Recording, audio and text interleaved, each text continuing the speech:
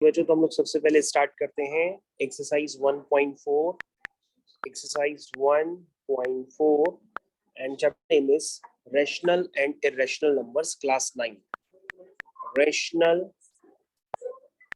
and irrational numbers. Write down the heading rational and irrational numbers. Irrational numbers. ठीक है ना, class 9। तो बच्चों ये आपको हेडिंग डालनी है और यहाँ से हम लोग स्टार्ट करते हैं चैप्टर को। ठीक है बच्चों, तो chapter name is rational and irrational numbers class 9 ICSE board ML Agarwal. तो बच्चों सबसे पहले हमारे पास क्वेश्चन नंबर है 1। तो क्वेश्चन नंबर 1 में क्या लिखा हुआ है, simplify the following. This is simplify the following.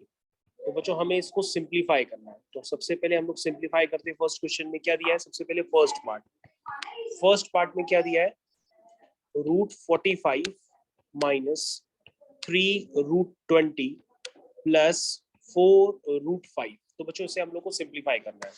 तो सिंप्लीफाई करने के लिए सबसे पहले बच्चों हम लोग क्या करते हैं, हम लोग इसके जैसे √45 है तो 45 के हम लोग फैक्टर करने के लिए सोचेंगे। तो बच्चों 45 को आप कैसे ब्रेक कर सकते हैं, ऐसे भी मन में सोच सकते हैं या डायरेक्टली 45 के प्राइम फैक्टराइजेशन भी कर सकते हैं। तो 45 को हम लोग सोचते हैं 9 × 5, हर कोई बच्चा सोचता है। और 9 को बच्चों हम क्या लिख सकते हैं, 3 × 3 × 5। क्या बच्चों इस तरह से डायरेक्ट लिखा जा सकता है। उसके बाद बच्चों 20 है, 20 होता है 5 × 4, 4 को हम लोग लिख सकते हैं 2 × 2 प्लस 4√5। आई थिंक सभी बच्चों को ये समझ में आ गया होगा। और बच्चों अगर आपको समझ में ना आए तो आप प्राइम फैक्टराइजेशन से भी यूज करके कर सकते हैं। तो ये बच्चों बन जाएगा 3√5, क्योंकि स्क्वायर रूट के अंदर हमें दो दो के अगर पेयर दिख जाते हैं तो एक नंबर जैसा कि आप देख रहे हैं वो बाहर निकल जाता है। तो मेरे ख्याल से यहाँ तक सभी बच्चों को समझ में आ गया। उसके बाद बच्चों ये बन गया 3√5 माइनस ये बच्चों बन गया 6√5 और ये बन गया बच्चों 4√5। तो 4 और 3 ये कितना हुआ बच्चों, 7√5 माइनस 6√5। तो 7 माइनस 6 दिस इज 1√5। तो बच्चों आंसर इज √5। तो बच्चों फर्स्ट पार्ट का आपका आंसर है √5। आई थिंक सभी बच्चों को समझ में आ गया। बेटा सेकंड क्वेश्चन करना है, second part. Okay sir second question ठीक है बच्चों, हम लोग एक सेकंड पार्ट और कर लेते हैं फर्स्ट क्वेश्चन का। तो second part is 3√3 plus 2√27 plus 7/√3। ऐसा बच्चों कुछ क्वेश्चन है, इसको हम लोग कर लेते हैं सिंप्लीफाई। तो बच्चों ये हो गया 3√3 और बच्चों 2√7 है, 27 है, 27 होता है बच्चों 3 × 3 × 3। उसके बाद बच्चों यहाँ पे 7/√3 है। तो इस √3 को बच्चों ऊपर ले आने के लिए हम √3 से मल्टीप्लाई और डिवाइड भी कर सकते हैं। सब बच्चे ध्यान दें, जो नीचे √3 है अगर हम उसको ऊपर लाना चाहते हैं तो हम लोग बच्चों इस प्रोसेस को रैशनलाइजेशन कहते हैं। ये नीचे जो √3 है ये आपको परेशान करेगा। नीचे वाला √3 हटाने के लिए आप क्या काम किया करिए कि इसी √3 से मल्टीप्लाई और डिवाइड कर लिया करिए अलग से। ठीक है बच्चों, तो देखिए मैंने मल्टीप्लाई भी किया, डिवाइड भी किया। क्यों किया आपको आगे समझ में आ जाएगा। चलिए आगे का स्टेप लिखिए बच्चों। ये बच्चों हो गया 3√3 प्लस 2। उसके बाद बच्चों आपको पेयरिंग दिख रही है, उस पेयरिंग से इसको अलग कर लीजिए। √3 प्लस, तो बच्चों ये हो गया 7√3 और बच्चों नीचे आप ध्यान दीजिए, नीचे आपके पास बन गया √3 × √3। तो बच्चों याद रखिएगा √3 × √3 क्या होता है, वो 3 हो जाता है। मतलब ये प्रॉपर्टी है बच्चों, √a × √a क्या होता है, a हो जाता है। या आप ऐसे समझ लीजिए कि √a का स्क्वायर क्या होता है, वो a हो जाता है। ठीक है बच्चों, तो नीचे डिनोमिनेटर में बच्चों आपको क्या नजर आ रहा है, √3 × √3, तो क्या हो जाएगा 3 हो जाएगा। अब बच्चों एक स्टेप और लिखिए। तो ये हो गया 3√3, ये हो गया 6√3 और ये हो गया 7/3√3। तो बच्चों ये अब सब लाइक टर्म्स हो चुके हैं। ये लाइक टर्म्स क्यों है बच्चों, क्योंकि यहाँ पे भी √3 है, यहाँ पे भी √3 है, यहाँ पे भी √3 है। ठीक है बच्चों, तो ये सारे लाइक टर्म्स हो गए। अब हम इनको ऐड सब्ट्रैक्ट कर सकते हैं। इसमें से बच्चों आप √3 कॉमन ले लीजिए। जैसे ही √3 कॉमन लेंगे तो अंदर आएगा 3 + 6 + 7/3। बच्चों उसको सॉल्व कर लीजिए आप एलसीएम वगैरह लेकर के। तो बच्चों ये हो गया √3। मैं अगले स्टेप में थोड़ा सा दूर ले जाके लिखता हूँ, ध्यान से देखिएगा बच्चों। ये हो गया √3, ब्रैकेट में क्या है 6 + 3 9, 9 + 7/√3। ये बच्चों √3 है। सर √3 कैसे, ओके बच्चों, क्या है बच्चों ये 7/3। 7/3 है। यस बच्चों ये 7/3 है, क्योंकि √3 तो मैंने बाहर कॉमन ले लिया है। ओके, तो दिस इज 6 + 3 कितना हो गया 9 + 7/3। इसको बच्चों फर्दर फिर से आप एलसीएम ले लीजिए। तो बच्चों ये देखिए 9 के नीचे क्या आएगा 1 आएगा। एलसीएम लेने बच्चों आपको आता है 9 + 7/3 का मतलब 3 9 जा 27 और 27 प्लस 3 9 जा 27 27 + 7 34। तो ये कितना हो गया 34/3। तो बच्चों ये एलसीएम लेने पर 9 + 7/3 का जब आप एलसीएम लेंगे तो वो 34/3 आ जाएगा। तो आंसर इज 34√3/3। ये बच्चों सिंपलीफाई मैंने इसको फाइनली कर लिया। ठीक है, मेरे ख्याल से सबको समझ में आ गया। उसके बाद बेटा सेकंड पार्ट करना है। सेकंड पार्ट का कौन सा? सर सेकंड क्वेश्चन का सेकंड पार्ट। सेकंड क्वेश्चन का सेकंड पार्ट। तो बच्चों स्टार्ट करते हैं सेकंड क्वेश्चन का सेकंड पार्ट। उसमें भी बच्चों आपको सिंपलीफाई करना है। The heading is simplify. Simplify. तो बच्चों स्टार्ट करते हैं। क्या लिखा हुआ है इसमें? उसमें लिखा है 5 + √5 into ब्रैकेट 5 - √5। इधर ध्यान दीजिएगा बच्चों। तो सबसे पहले बच्चों ये क्या हो गया? ये हो गया a + b और ये हो गया a - b। तो बच्चों a + b a - b क्या होता है? ये होता है a² - b²। ठीक है बच्चों, मेरे ख्याल से ये बच्चों को आइडेंटिटी पता होनी चाहिए कि a² - b² जो होता है वो होता है a + b into a - b। तो बच्चों ये जो है आपका ये a + b है और ये आपका a - b है। और बच्चों अगर आपको आइडेंटिटी नहीं पता है फिर आप क्या करेंगे? फिर मल्टीप्लाई करके भी क्वेश्चन कर सकते हैं। इसका मल्टीप्लाई इससे, फिर इसका मल्टीप्लाई इससे, फिर इसका इससे, फिर इसका इससे, फिर मल्टीप्लाई के प्रोसेस को करेंगे तो क्वेश्चन थोड़ा सा बड़ा हो जाएगा। तो मल्टीप्लाई ना करके डायरेक्टली आप आइडेंटिटी यूज कर लीजिए। ठीक है, अब ध्यान से देखिए बच्चों, ये कितना हो गया 25 और √5 का स्क्वायर 5 होता है, तो ये हो गया बच्चों 20। Answer is 20। तो सेकंड का सेकंड पार्ट मैंने कंप्लीट कर दिया। तो उसके अलावा सर ये वाला लास्ट पार्ट। सेकंड का सिक्स्थ पार्ट। तो बच्चों सेकंड का हम लोग सिक्स्थ पार्ट करते हैं। क्या लिखा हुआ है? 4 + √5 √3 - √7। देखिए कैसे करेंगे। तो बच्चों स्टार्ट करें। मल्टीप्लाई कैसे करते हैं? पहले 4 का √3 से, फिर 4 का -√7 से, फिर √5 का 3 से, फिर √5 का -√7 से। तो स्टार्ट करें। तो 4 × √3 4√3। देखो प्लस का 4 रूट इंटू प्लस का √3, तो प्लस इंटू प्लस प्लस होता है, प्लस इंटू माइनस माइनस 4√7 हो गया। फिर ये बच्चों √5 × √3, ये √15 हो जाता है। ध्यान देखो बच्चों, ये √5 है, ये √3 है, इनको हम एक ही रूट में डाल सकते हैं, तो ये हो जाता है 5 × 3 विच इज इक्वल टू 15। बच्चों ये लॉ भी है, अगर आपको लॉ नहीं पता है तो मैं किनारे पे लिख भी देता हूँ, उससे आपको याद रहेगा।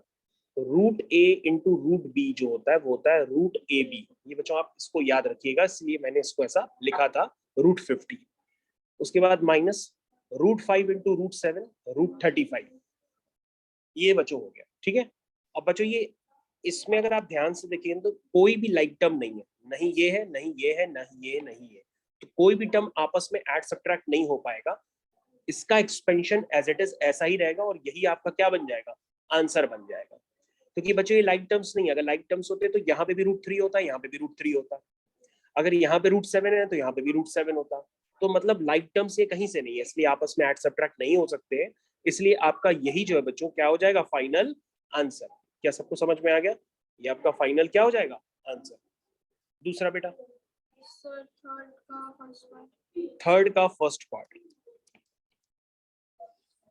थर्ड के फर्स्ट पार्ट में लिखा है √8 प्लस √50 प्लस √72 प्लस √98।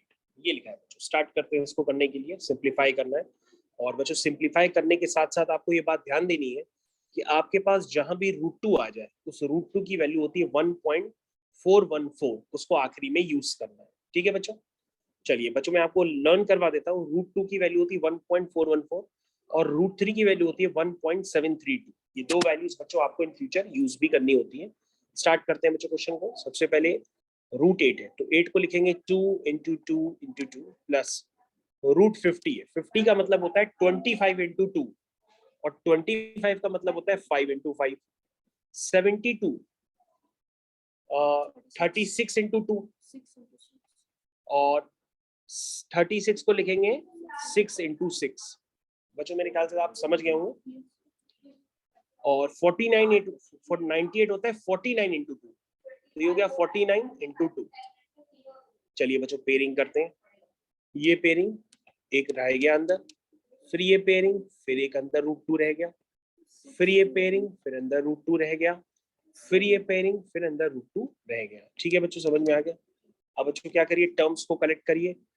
ये वाला टर्म, ये वाला, सब में √2 नजर आ रहा है। इसका मतलब ये सब क्या है, लाइक टर्म्स है। अगर लाइक टर्म्स है तो आपस में ये ऐड हो सकते हैं। चलिए स्टार्ट करें बच्चों। सब में ध्यान से देखिए, √2 क्या है, कॉमन है, तो कॉमन ले लीजिए या डायरेक्टली ऐड कर लीजिए। √2 कॉमन ले लिया, अंदर आया 2 + 5 + 6 + 7, ये आया बच्चों। कितना आया, √2 टाइम्स 5 6 7, 7 और 6 13, 13 और 7 20, ये आ गया बच्चों 20 √2। कितना आ गया, 20 √2। जैसा कि बच्चों क्वेश्चन में गिवन है कि आपको √2 की वैल्यू पुट करनी है। √2 है 1.414, और बच्चों ये वैल्यू अब हम इवैल्यूएट भी करने जा रहे हैं अगले स्टेप में। जरा ध्यान से देखिएगा। 2 4 जा 8, 2 1 जा 2, 2 4 जा 8, 2 1 जा 2। ठीक है बच्चों, अभी हमने 2 का मल्टीप्लाई किया। देखो अभी हमने 1414 में किसका मल्टीप्लाई किया, 2 का किया। अब हम क्या करेंगे बच्चों, एक जीरो है अलग से, तो एक जीरो लगा देते हैं। अब हमारे पास 3 डिजिट के बाद पॉइंट है, तो हम 3 डिजिट के बाद पॉइंट लगा देते हैं। तो आपको बच्चों आपका फाइनल आंसर हो गया 28.28। और बच्चों आगे का आप जीरो लगाइए या ना लगाइए, क्योंकि आगे के जीरो का कोई वर्थ नहीं होता है, इसलिए ये सारे जीरो हम लोग हटा देते हैं। हाँ बच्चों, लेकिन अगर ये 0 1 होता तो हम लिख सकते थे, लेकिन ये आगे अगर 0 होता है तो आप लिखें या ना लिखें वो एक ही बात होती है। तो answer is 28.28. The correct explanation is, the answer is 28.28। अगर आप कहेंगे तो गलत हो जाएगा। This is 28.28। तो बच्चों ये इसका सही आंसर होगा। 28.28 is the right answer। हो गया। नेक्स्ट, थर्ड का सेकेंड, फोर्थ का सेकेंड। ओके बच्चों, फोर्थ का सेकेंड पार्ट है 5 square root of 12 minus 3 square root of 48 plus 6 square root of 75 plus 7 square root of 108। Start करते हैं। चलिए तो बच्चों 5 12 को क्या लिखेंगे, 4 into 3, ये हो गया बच्चों 4 into 3। और बच्चों होता है 6 8 जा 48, तो ये हो गया बच्चों 6, और ये हो गया आपका 8। समझ में आया। और बच्चों 75 क्या होता है, 15 6 जा 90, 15 4 जा 60, 15 5 जा 75। तो बच्चों 15 हो गया आपका, ये हो गया 15 5 जा 75। उसके बाद बच्चों 12 9 जा 108 होता है, तो 12 आपका ये हो गया 3 into 2 into 2। देखिए 12 आपका हो गया 3 into 2 into 2, ये हो गया 12, और 12 9 जा, ये हो गया आपका 9 108। तो बच्चों देखा आपने किस ट्रिक से हम लोग जल्दी जल्दी क्वेश्चन कर रहे हैं। अब ध्यान से देखिएगा बच्चों, ये 2 बाहर आ जाएगा तो 5 into 2 और √3 अंदर रह जाएगा। फिर ये बच्चों ये 2 बाहर निकलेगा, ये 2 2 बाहर निकलेंगे, क्योंकि 2 पेयर है, तो 2 2 यानी कि 2 2 जा 4 बाहर निकलेगा, तो 3 into 4 कर देंगे और अंदर 3 रह जाएगा। समझ में आया। प्लस 6, 5 और 5 है, तो एक 5 बाहर निकलेगा और √3 अंदर रह जाएगा। ठीक है, प्लस 7। उसके बाद बच्चों यहाँ पे 2 का पेयर है, 3 का भी पेयर है, तो 3 2 जा 6 बाहर निकलेगा, 3 2 जा 6 बाहर निकलेगा और अंडर √3 रह जाएगा। क्या सभी बच्चे ध्यान दे रहे हैं, 3 2 जा 6 बाहर निकलेगा और √3 अंदर रह जाएगा। हो गया बच्चों 5 2 जा 10 √3, 4 3 जा 12 √3, 6 5 जा 30 √3, प्लस 7 6 जा 42 √3। ये बच्चों आपका हो गया। इसमें से बच्चों √3 आप कॉमन ले लीजिए, अंदर आया 10 - 12 + 30 + 42। ठीक है, √3। तो बच्चों हम लोग यहाँ पे देखते हैं 42 + 10 52, 42 + 10 52, 52 + 30 82। ठीक है, 82 - 12, तो बच्चों 82 हो गया, उसमें से 12 माइनस कर दीजिए 70। कितना आया 70। तो बच्चों आपको क्या निकालना है, 70 √3 की वैल्यू निकालनी है। 70 √3, √3 कितना होता है, रूट 3 इज 1.732। स्टार्ट कर दी बच्चों।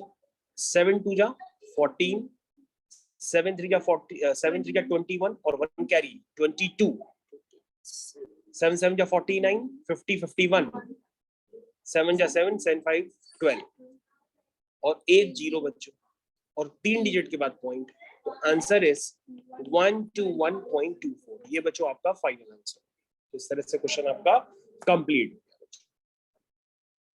क्वेश्चन ये बच्चों कंप्लीट हो गया आपका फोर्थ का second part. Next question, next question. Okay, तो बच्चों इससे पहले वाली एक्सरसाइज का एक क्वेश्चन था, वो भी हम लोग कर लेते हैं। उसके बाद जो एक्सरसाइज है वो है एक्सरसाइज 1.3 का। एक्सरसाइज 1.3 का भी हम लोग एक क्वेश्चन कर लेते हैं। वो क्वेश्चन नंबर है बच्चों 8, जो आपके एग्जाम में आएगा। क्वेश्चन नंबर में लिखा है कि express the following numbers in form of p by q। express the numbers in form of p by q। p by q form में आपको एक्सप्रेस करना है, जहां p और q दोनों इंटीजर्स और q जीरो नहीं है, क्योंकि बच्चों डिनोमिनेटर अगर जीरो हो जाता है तो नंबर अनडिफाइंड हो जाता है। याद रखिए बच्चों, 5 लिखा है तो 5 के नीचे 1 होता है, लेकिन अगर आप 5 के नीचे सोच रहे हैं जीरो है तो ये अनडिफाइंड होता है। क्या होता है बच्चों? अनडिफाइंड। तो डिनोमिनेटर किसी भी नंबर का कभी बच्चों जीरो नहीं हो सकता, इसलिए यहाँ पे लिखा है कि p by q फॉर्म में एक्सप्रेस करिए, लेकिन q क्या नहीं होना चाहिए? जीरो नहीं होना चाहिए। ठीक है, स्टार्ट करते हैं क्वेश्चन को।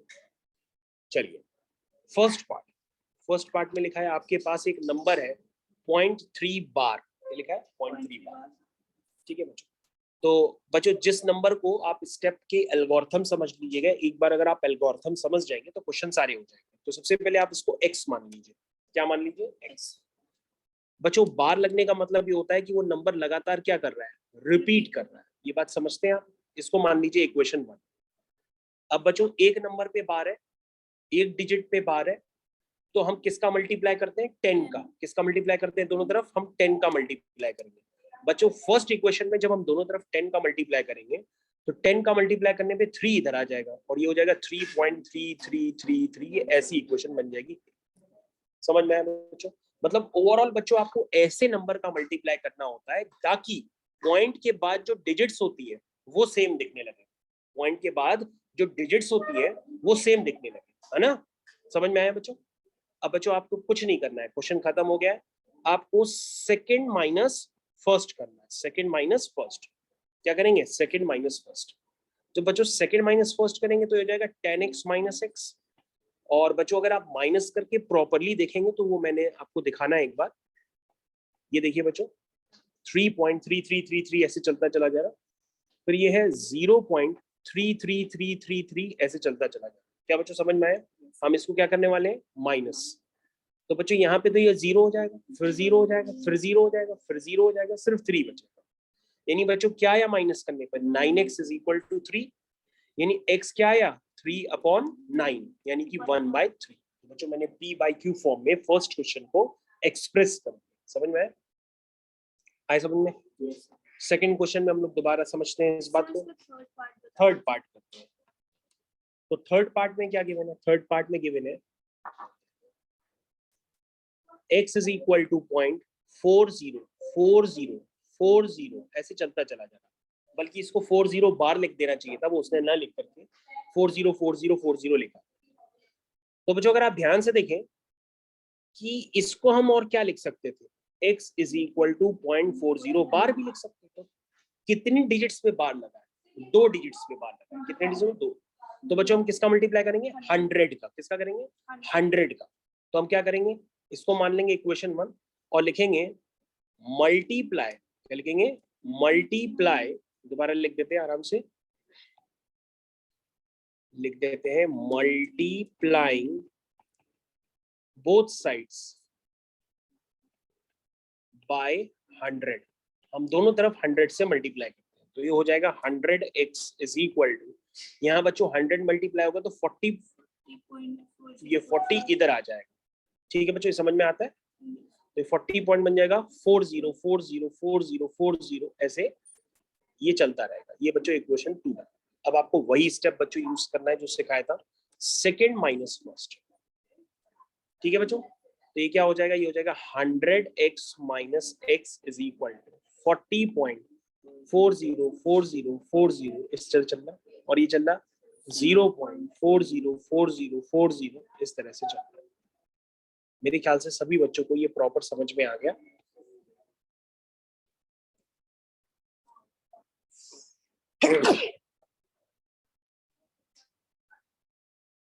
तो ये बच्चों हो जाएगा आपका 99x इज इक्वल टू 40.0000, है ना। तो आपका बच्चों क्या आ जाएगा ये ओवरऑल, इसको चेक कर लीजिए।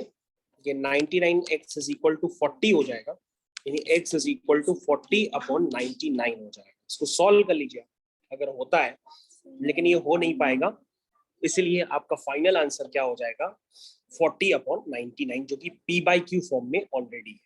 ठीक है, तो आपके 2 क्वेश्चंस हो गए। और कौन सा बेटा आगे कर लोगी? ठीक है बच्चों, आगे आपका जैसा कहना है कि आप कर लेंगे तो आप उसको करके बिल्कुल चेक कर लीजिएगा, लेकिन मैं आपको फिर भी एक क्वेश्चन बता देता हूँ। तो क्वेश्चन